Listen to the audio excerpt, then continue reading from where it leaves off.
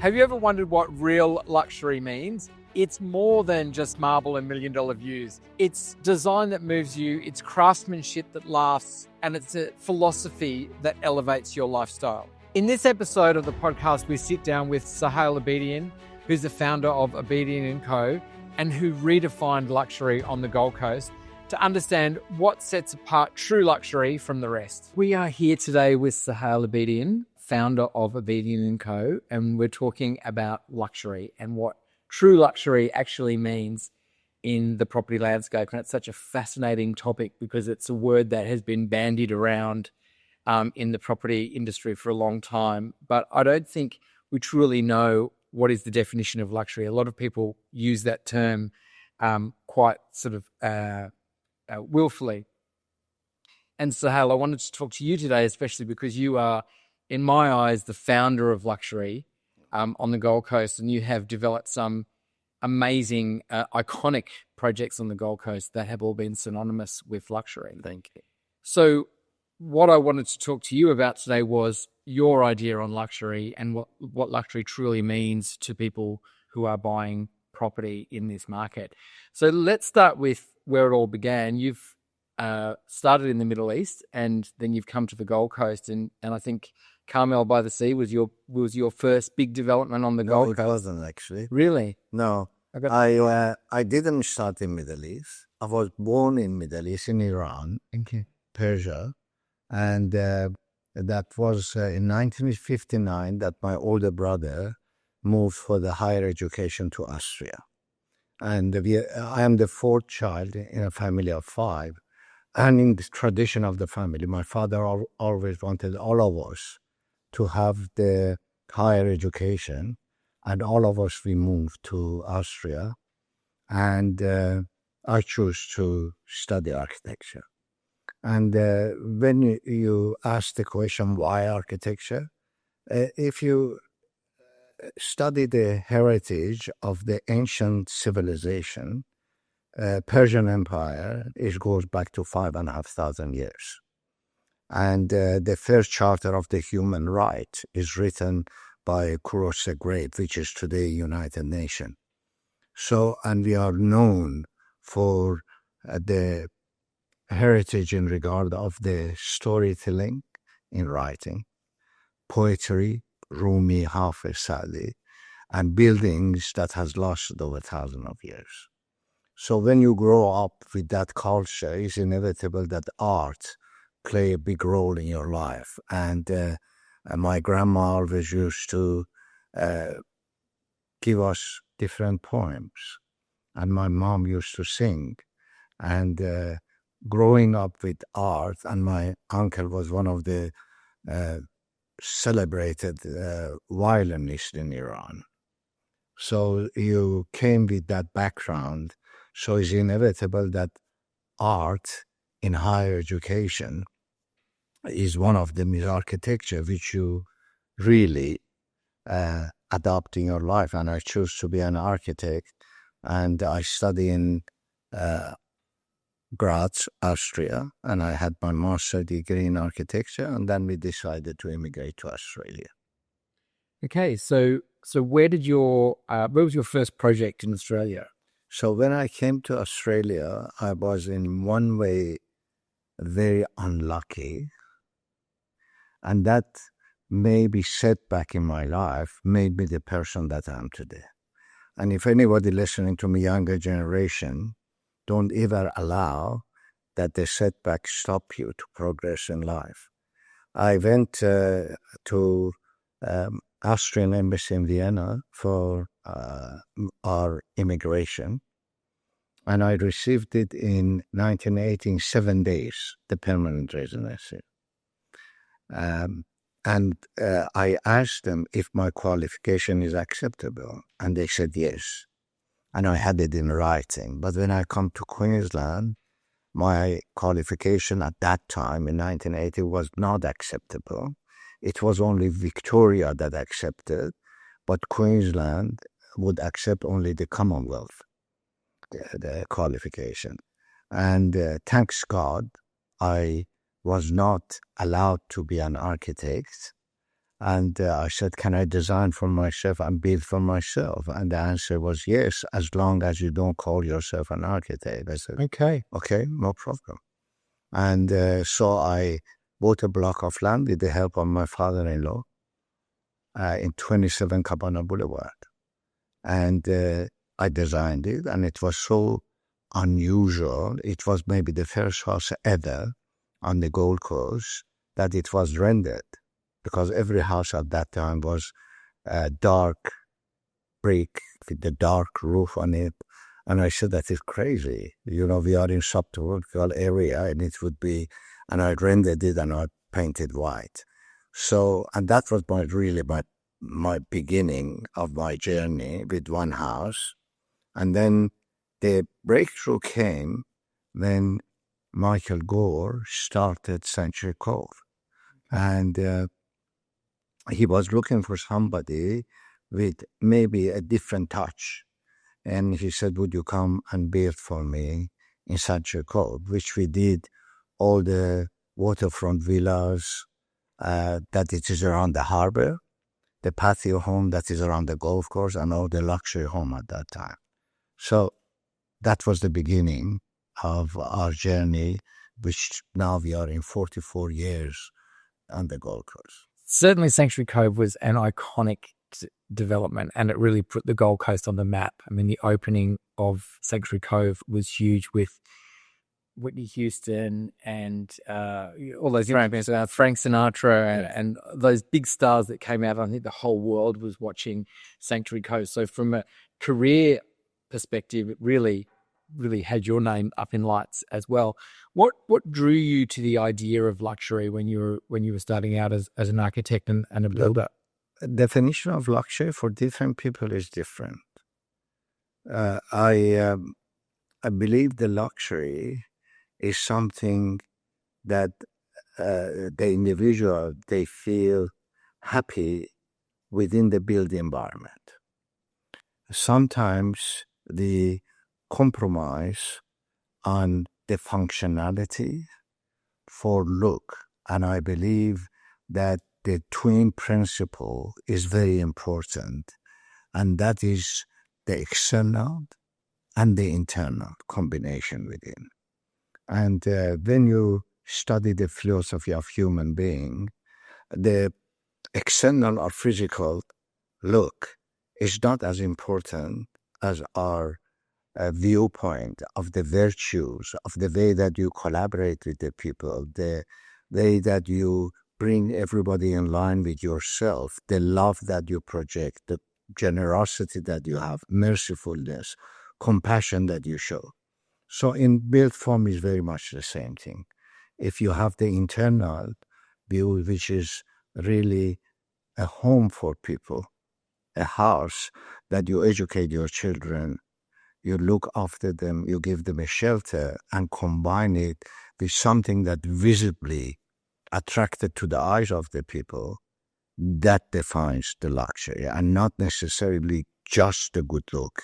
Has to have more than that.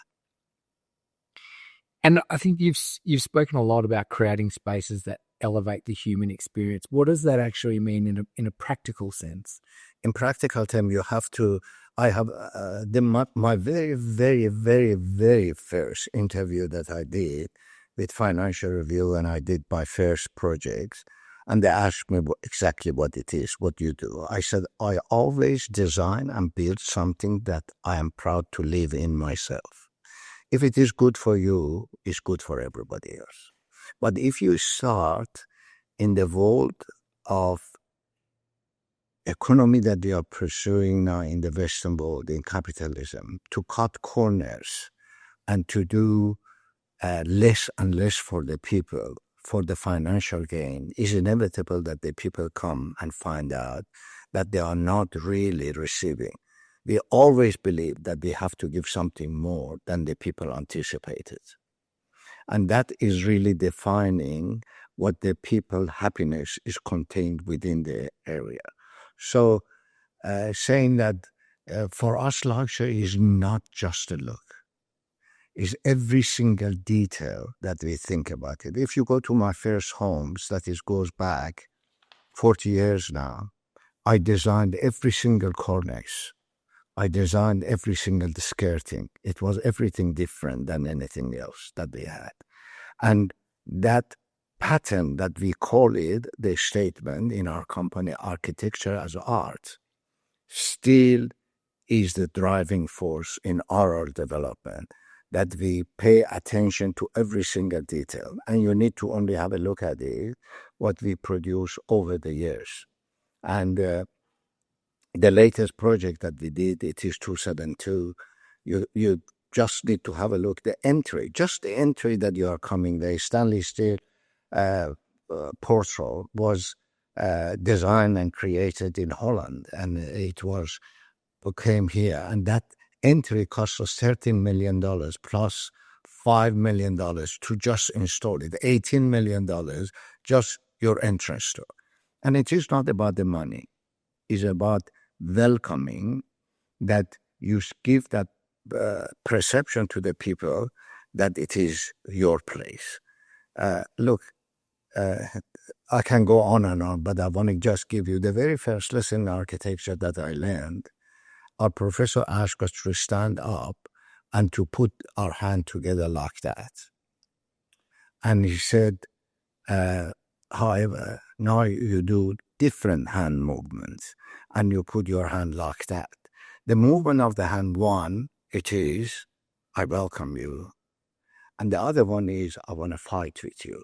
So you choose what you want to do that. If you want to welcome to the people, to the residents, you're allowing them from the first step that they take into any development, that they are feeling at home and they are welcome until every single step in every single room that they have. And that defines for me the highest level of art luxury.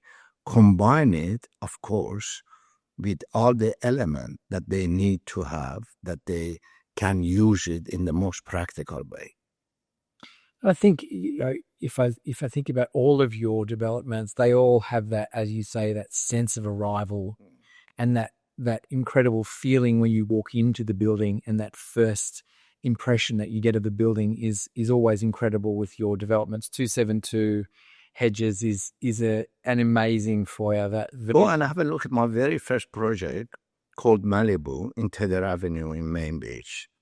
That is now maybe 35 years old. Just have a look at it. I still believe it's one of the best looking building on the Gold Coast. Is your house in Cabana Boulevard still standing? Yes, 27 Cabana Boulevard. Go and have a look at it, actually. It is so, it was for that time, it was so complicated that actually the engineers, they couldn't do that because I had a void over the living room of 6 meters, and they said that they cannot actually know how to create that void, and we had to send it to Melbourne to do all the paneling and bring it back here. That would. So how do you think, in your mind, has luxury evolved from 27 years ago, from 27 Cabana Boulevard to what you're doing now? How do you think the term luxury has evolved? Look, the advance of technology is a profoundly important mechanism for the sciences in the world to progress. It is not anymore like 100 years ago, 200 years ago, that the industry was very much bound by the locality. Something that today is beautiful and it is created, say in United Arab Emirates, or say in Singapore, or in New York, you can within 1 second to get it to see, and everybody feeding each other in regard to advance the civilization, in regard of the technology, art, and everything else. So we are in one way influenced from each other. And this cultural interaction that we have with each other, it brought a new sense of life for everybody in every aspect. It's not just about the home. It's just, look at it, for example, in the last 10 years, the car industry that is emerging out of China, but they didn't have anything before. But look at it. It's extraordinary. It's happening in China. Now, with cars. Look at it, for example, the car industry in America, the car industry used to be part of the America economy, but it was removed to Europe, but it's going now back again, and China is at the forefront of it. Forget about that. The true sense of something that I say is the only accessory for the man. The watch industry. Have a look at the progress that they have done. For the ladies, the accessories that they have, the shoes and the bag, they could not have enough of that. Look at that one. And everybody influencing each other. And the fashion industry, which really we are proud to call ourselves the first ever in human history that branded the property with Versace organization, it was Sunland Group. We did it like that. And it was now, everybody everywhere around the world does it, a brand with something else. And I remember very vividly when I asked the same question from Santo Versace, the president of the House of Versace, and I said, explain to me what is for you the defining moment that the Versace become one of the greatest brands in the world. He said, you need to be true to the brand, okay? Because from outside, everything looked the same. The quality has to be the best. The workmanship has to be the best. But more importantly, the tag that you proudly put, Gianni Versace, costs you only $1, but that defined that the suit is $12,000, not $300. So the branding in reality is the smallest thing, but it is manifesting what is within the object. So if you are talking about luxury as a whole for property, every single item of it has to be the best that you can within your capacity. Of course, always somebody else can do better. But you cannot say, I did the kitchen, but that's not important. Don't worry about it. Go to our latest project, which is the Pillars, and look at the powder room. It's just a place for the people to come and go to toilet. I could live in that one because it's so beautiful. Yes. And the beauty is something that we call it among all our people, and the lecture that I give always is attraction to beauty is the essence of human being.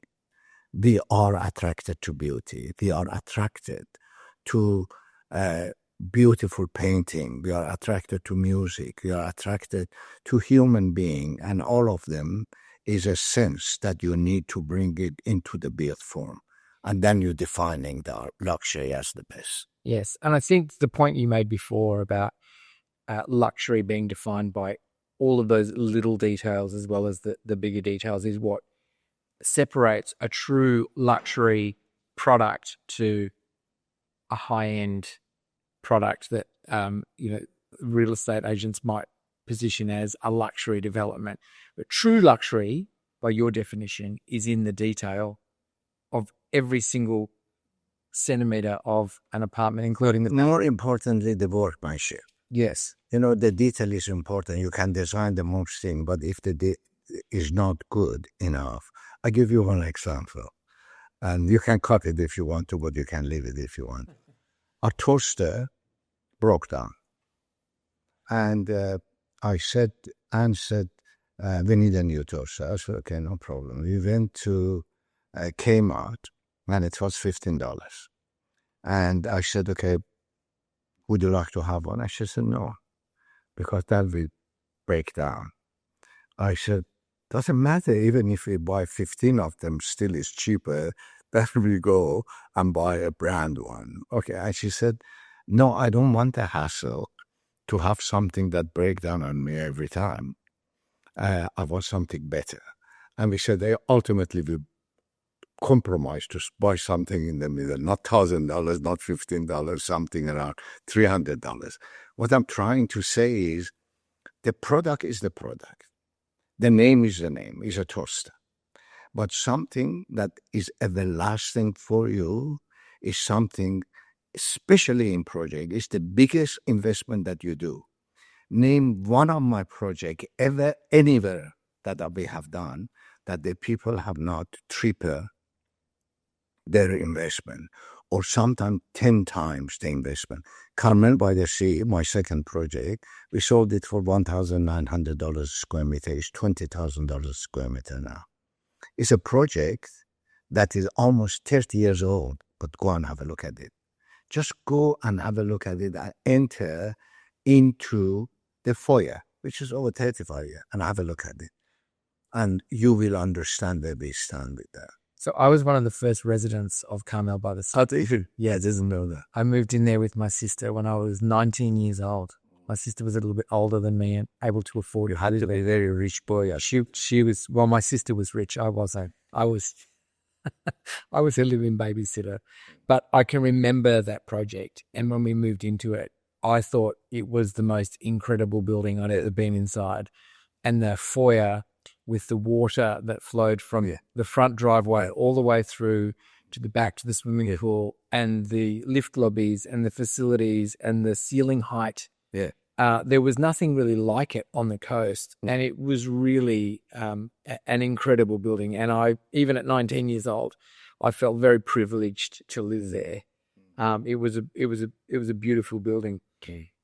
So just going back to, what are the hallmarks of luxury in your mind? What are those I guess that, you know, the key defining hallmarks of luxury for you? Look, I can answer it in a philosophical way. When you listen to music, okay, it's a combination of notes. It's a combination of sound. One sound could be that you say, do, okay? But if you do it just alone, it becomes actually annoying. But when you combine it together on a classical form, become Beethoven. When you combine it together in a classical form, it becomes Chopin, Mozart, and all of them that is overlasting for so many years. But in the modernity, something that is actually the people for 4-5 generations are listening to it, and still people would love to see that, is ABBA, for example. Why? Because it's pleasant to our ears, and we have the 5 senses. I believe defining architecture is important for our eyes, but it is important for 5 senses as well. The kitchen needs to respond to your food. The bathroom needs to respond to your cleanliness. The living room needs to respond to your life. And the bedroom needs to respond to your relaxation. So if you combine all of those elements together, you have created the symphony of building. And that is why the people respond. It's not about excessive things, it's about understanding the human behavior and put it in the best form possible that the people reflect on it in a positive way. Yes. And I think, when we think about the evolution of luxury, I think it's becoming more simple rather than more opulent. That's correct. Luxury, to me, is about simplicity. It is simplicity, I agree with you, but more expensive. Let me share with you in regard to, it's good that you touch on architecture. Yeah, okay? Classical architecture, we had, for example, cornices. Do you know why? Do you know why they put cornices? Do you know why they put the skirting there? Because the workmanship wasn't good. They had to cover the joint, and therefore they stick something to it. The skirting that you see around it, because they could not fit the tile straight to the gyprock wall, they had to put the skirting there. Now, to defining the true luxury and not hiding anything is a Bauhaus that created that everything has to be honest. Everything has to be visible. Look at around yourself. If it is, you see any skirting, any cornices, the answer is no. And we call that minimalism. But in in reality, it's more expensive than putting it because they can cut it anywhere that they can and finish it out. So simplicity is important that you define it, but simplicity comes with complexity. And that is where the labors come into it. Workmanship. The workmanship is, you can say it yourself. Yes. Yeah. And quality materials. And the thing I love about your developments, and whenever I take buyers through 272 Hedges, it's the detail that they notice. The recessed LED lighting. I give you one example. My son was driving in an Uber. And the Uber driver recognized Saba. And he said, I worked on your project 272. And Saba said, really? What did you do for us? He said, I did all the Jeep rugs forming in the foyer and in the public area. And he said, why are you driving Uber? He said, after that job, I had no choice but to retire because I would never, ever create a job in my lifetime again. So therefore, I want to retire on the height. And that is why I'm not doing that job, because I did the best job ever that I could in my life. And that is what we are proud of, that we never, ever, everybody comes to the foyer of 272 and they say, is it a hotel or is it the residential? And that is, every single element, curves that is merging to each other and creating this space. It's an extraordinary building, and you've got a couple of new developments coming up, Greenmount and the one that we're sitting in, which is in Mary Avenue. I'm sure they'll be extraordinary developments as well. For buyers who are looking at buying either new developments off the plan or existing, what are the things they should be looking for a true luxury product? Look, at the beginning of our discussion, I mentioned the biggest investment in Australia that the people do is the residential, be it as an investment or the owner, their own homes. And they have to look at it, number one, it's a position. And number two, the background of the developer that they have, and the transparency in regard of the delivery. Let me give you one example of something, and then maybe you understand. When Picasso was alive, at the end of his career, it was one of the painters of the modernity, Cubism, that he was very well known in the world of art and become very rich during his life that nobody else had. And he was in a restaurant and eating something. And a lady recognized him, took a piece of paper and said, Mr. Picasso, I'm really one of the greatest fans that you can imagine. And I would love to have something from you. Can you be kind enough to draw something on this paper and sign it for me? And I said, no problem, madam. Draw something and sign. And said, do I owe you anything? And he said, yes. He said, oh, how much? He said, $10,000. He said, oh my God, it didn't take you even 5 minutes. He said, no, lady, it took me 50 years. So, when we are talking about luxury, when we are talking about delivery, when we're talking about the object, just your investor, they need to investigate, to say, who am I buying from? Why are the ladies going to the house of Dior? Why are the people going to the house of Chanel? Why are you wearing a Rolex? So we need to understand that, of course, the people, they need to buy something that fit their lifestyle. But who is the builder? Who is the developer? Who is the person that ultimately give you the greatest gift in your life? Would that property lose the value, or would that property gain the value in years to come? Show me one of our projects ever in the history that has lost money on it. Show me one. and I give them pure bias for free.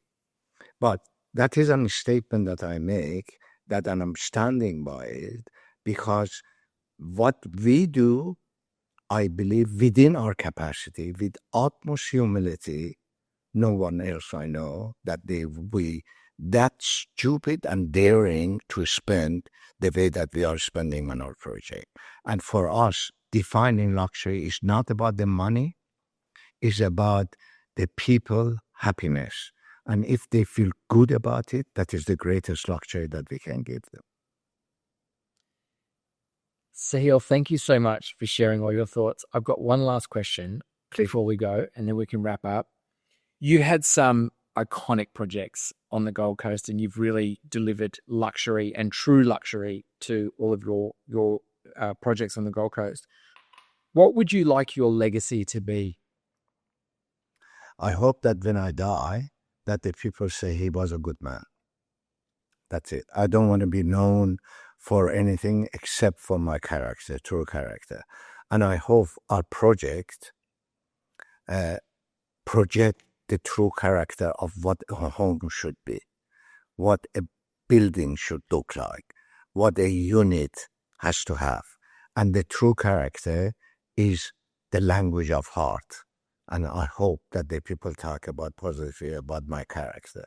Well, that's a wonderful legacy. Thank you. An awesome legacy to have. Thank you. Thank you so much for your time. I know you're busy, and I really appreciate you taking the time to talk to me today. So thank you very much. Thank you. Thank you. Thank you for having me.